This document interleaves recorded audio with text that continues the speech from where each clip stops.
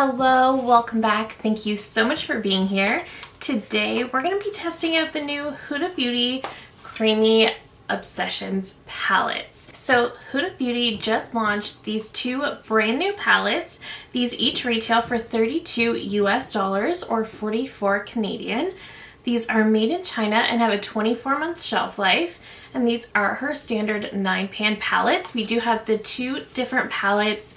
They come in this soft touch matte box. We have the grayish palette and we have the neutral browns. So I did pick up both of them. I probably could have just gotten the grayish palette, but I thought just for fun, let's get both. So this is what the inner packaging looks like on both, and they are in her typical plastic 9-pan palettes, but the front does have this soft touch matte feel with the raised creamy lettering, and the Huda Beauty lettering is also raised. So the packaging is really, really nice. Looking at the grayish palette first. So initially this one kind of reminds me of the Cool Matte Obsessions that she released this time last year. And right in the embossment of the shades, she actually has what kind of formula they are. So you can see right in the formula of the creamy shades, she does have that they are creams. And then we also have this set shade down at the bottom. And this palette looks really, really pretty. And the neutral browns has a very similar format, but of course more neutral browns. And we do get that one more marbled shade right in the middle.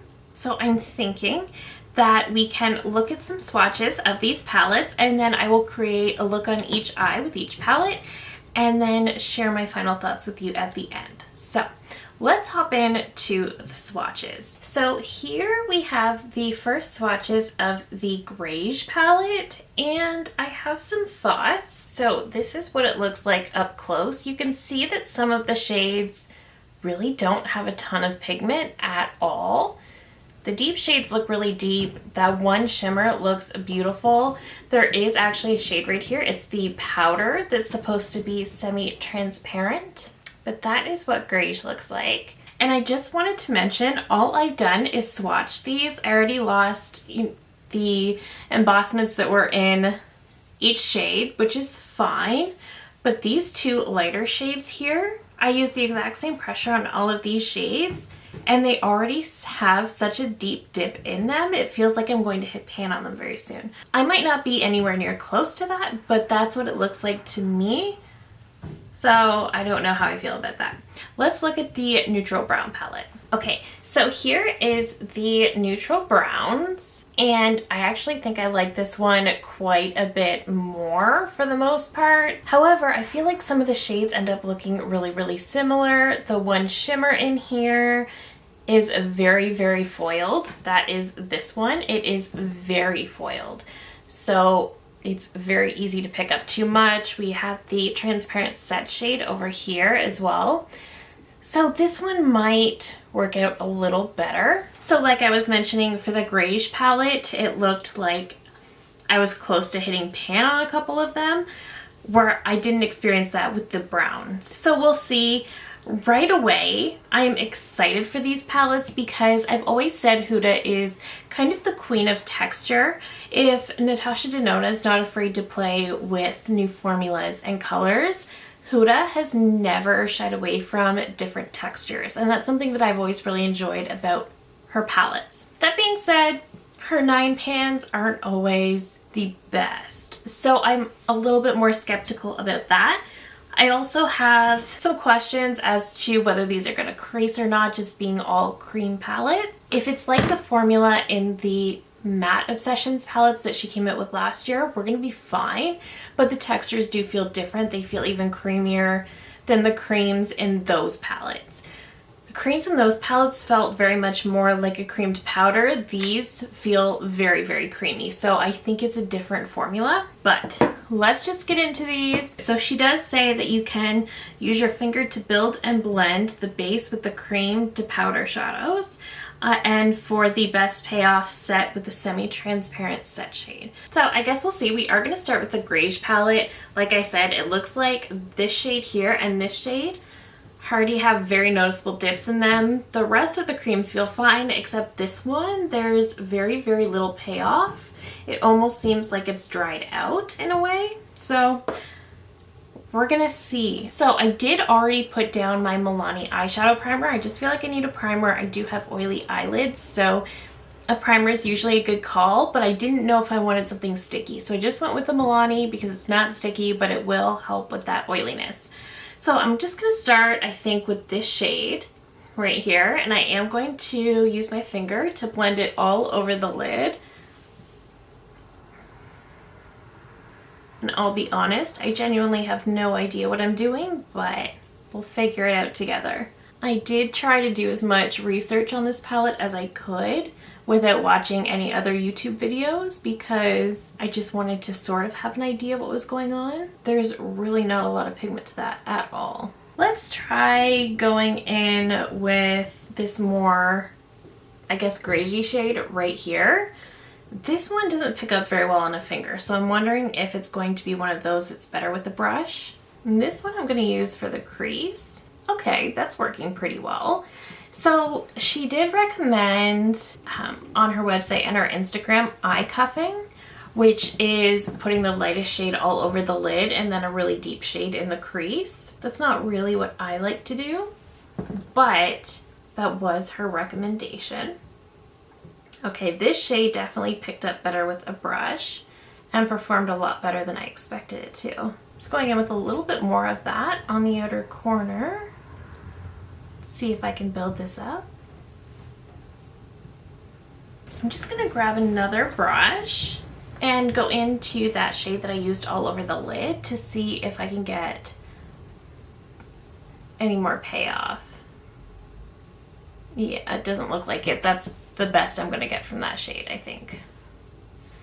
Okay, I think I'm gonna take a smaller brush and I'm gonna go in to this deep shade right up here. I'm gonna try this one on the outer corner because I wasn't really able to build a ton of depth with that other shade I used in the crease. I will say there does seem to be some sort of fragrance with these palettes, unless that's just me, but I've been smelling the same thing since I've been playing with these and it's been driving me nuts because it's a little bit strong. Okay, so I was able to get a little bit of depth out of that shade, not as much as I thought. I don't typically like too much depth, but I do want to see what I can do with this palette. I'm gonna pick up a little bit of this middle shade right here on a slightly denser brush. It's kind of just giving more of the same, which is weird because it does have that sort of champagne shade mixed into it. Okay, I definitely want to use that shimmer in the middle, but I'm wondering if I should use the set shade first. Let's try that. And I'm just going to use a larger, fluffier brush. And this is supposed to be semi-transparent, but when I swatched it, it looked like it really had much more of a pinky hue to it.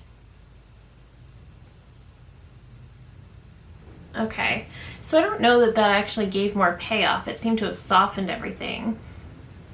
I'm going to take that shimmer right in the center and I'm going to put it on the center of the lid.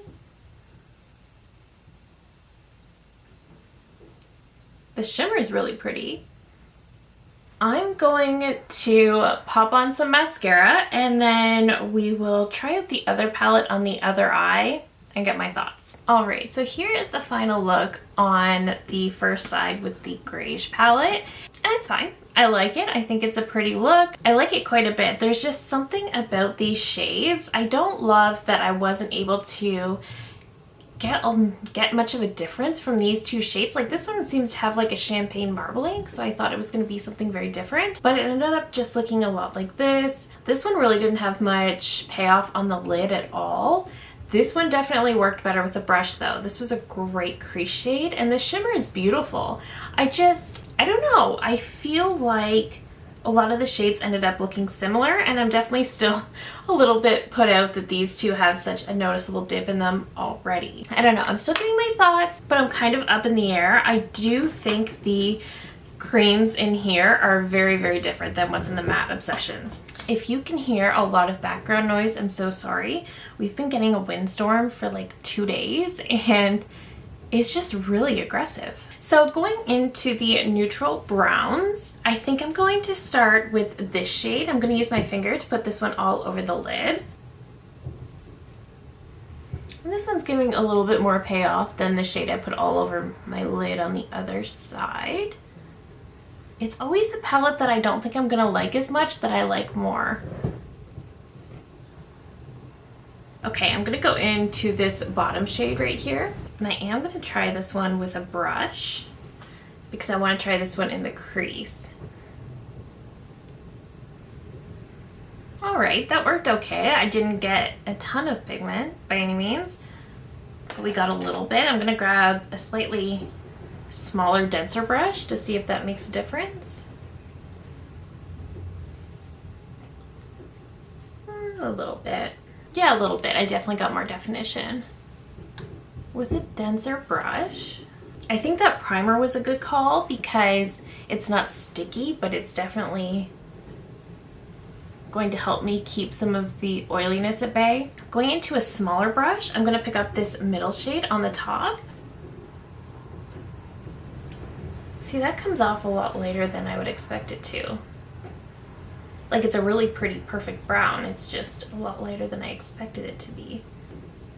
So far, I'm noticing that the creams in these palettes are not like the ones in the Matte Obsessions. Those are very much more like cream to powder shadows, much like you would get in a Natasha Denona palette. These are different. These are very creamy. I think if you have oily lids, you're really going to need to use some type of primer like I did. I mean, I'm still not convinced I'm not going to get creasing by the end of the day. Let's go into this other shade right out here just to see if I can increase that depth a little bit more. These might actually make really nice liners as well. Okay, that definitely gave us some depth. Just grabbing my blending brush again just to blend that a little more quickly. I will say these are very, very blendable, which I'm happy with. I'm not having any issues blending these, but I feel like I just lost a lot of pigment from that deeper shade I just put on the outer corner. So I'm just gonna add that back in and I guess not blend it out with a larger brush.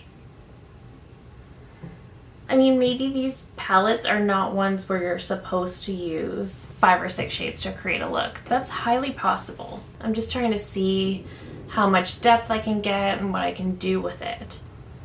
I think at the end of the day is what I'm trying to accomplish. I do think that looks kind of nice on its own because I feel like it does look very creamy, very easy, but it does look quite simple. I actually kind of like that just as it is. I will add another shade, but I do like it as it is. I think I'm going to take a larger brush and go over everything with that set shade. I probably don't need to, but at least in this inner portion of the lid. Let's go into this shimmer shade down here in the corner. So putting that all over the lid. I always try to create all matte looks and then my fingers always find their way into the shimmer. So do I want to add a tiny little bit of this foiled shade? Maybe right in the very center. Okay, just the littlest bit right in the center. It's very, very foiled. Let me pop on some mascara and I will come back to share my final thoughts. Okay, so here is the final look with the neutral brown palette, and it's okay as well. I think it's got potential to be pretty. I think I could probably have executed it better, but here's the thing. I feel like this entire try-on has been a learning curve because I don't typically use all cream shadows. I genuinely don't know that these formulas are the most user-friendly. So first of all, looking at a comparison between the Grayish palette and the Cool Matte Obsessions, there's some very, very subtle similarities just with these more mauve-y tones. Some very subtle similarities, but there's a big difference in formula. So this one does have 2 cream to powder shadows. That's these 2 right here. And they are more of like a cream to powder formula. They feel a little bit more moussey to the touch, but they're easy to work with and easy to blend. So let's talk about this one first. So these 2 shades, Like I said, it already looks like I'm gonna hit pan. I was using the exact same pressure as some of the other creams in here, and somehow these just have a huge dip in them already. And if they're gonna be the shade that you're gonna put all over your lid, you're really gonna notice that. This cream here is probably the closest one to what's in the Matte Obsessions. It does apply best with a brush, which is fine. This shade here and this shade are very, very creamy. They feel a little bit more oil-based. There's a lot of slip to them. And I think those two, they're good for adding pigment, but you can overblend and end up losing most of that pigment. So I think there is a learning curve with these, whereas I feel like the creams in the Matte Obsessions palette, they are easy to work with and easy to figure out. I just don't feel like these are the most user-friendly. I'm also not really fully understanding these marbled shades because I think it ends up looking exactly like this shade. So there's not even that versatility. I think the shimmer is very, very pretty. That's probably my favorite part of the whole palette, which is unfortunate because the point of the palette is the cream shades. So I don't know how I feel about that. I do like that there is a set shade in here. I do think that's nice, but I don't think it's as transparent as maybe she said. I do think it still has a little bit of pigment. It overall ended up softening the look, which I'm not mad about, but I don't know that this is my favorite. I'm not noticing any creasing yet, which is good, but I think if I didn't use a primer or that set shade in here, that I would definitely already be having some creasing because there is a lot of slip to these. These are very hydrating, and again, it's going to take me a few more tries before I really figure out this formula. And then going into the neutral brown, so a very similar thought. I'm definitely going to need more time to keep playing with these and getting to know the formula a little bit better. I think I like this one a little bit better than the Grayish, which I completely did not expect, but I like it better because I think you can achieve a little bit more depth with this one. There's a little bit more variety in the shades, not a ton, because even this marbled shade, like I said, ends up looking like these two shades up here, so you don't get a ton to work with in that regard. This shade is very foiled, but very, very pretty all over the lid. This creamy shimmer is really nice as well, but I ended up kind of just covering it up because I like the sparkle on this one. The set shade in here, again, does take away some of the pigment. When applying these creams, these are a little bit more moussey. I would say these are a little bit closer to what's in the Matte Obsessions, but at the same time, I just felt like it was so easy to blend it away. I would add a shade for depth and it would blend away. I do think that perhaps these palettes are not meant to be creating complex 5-shade looks. That's highly possible. So again, this is something that I will need more time with. I will, of course, update you at the end of the month with all of my thoughts, but I do think ultimately what it's going to come down to is these are going to be best for simple looks, which a lot of people are going for, but I think there is a lot easier ways to get very simple looks.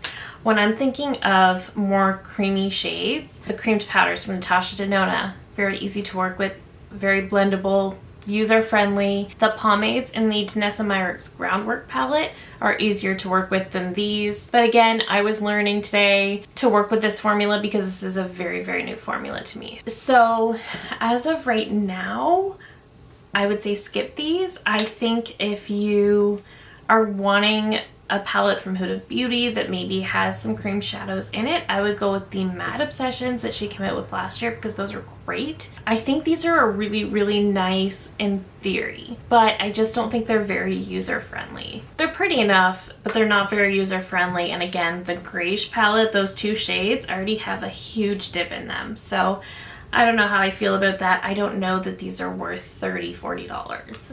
I just don't. But again, I will let you know at the end of the month my final thoughts, but as of right now, I just don't think these are worth the price point. I think maybe if you're creating a very, very simple look, you might not have an issue with these, but if you do tend to use more than 1 or 2 shadows, I probably wouldn't recommend these.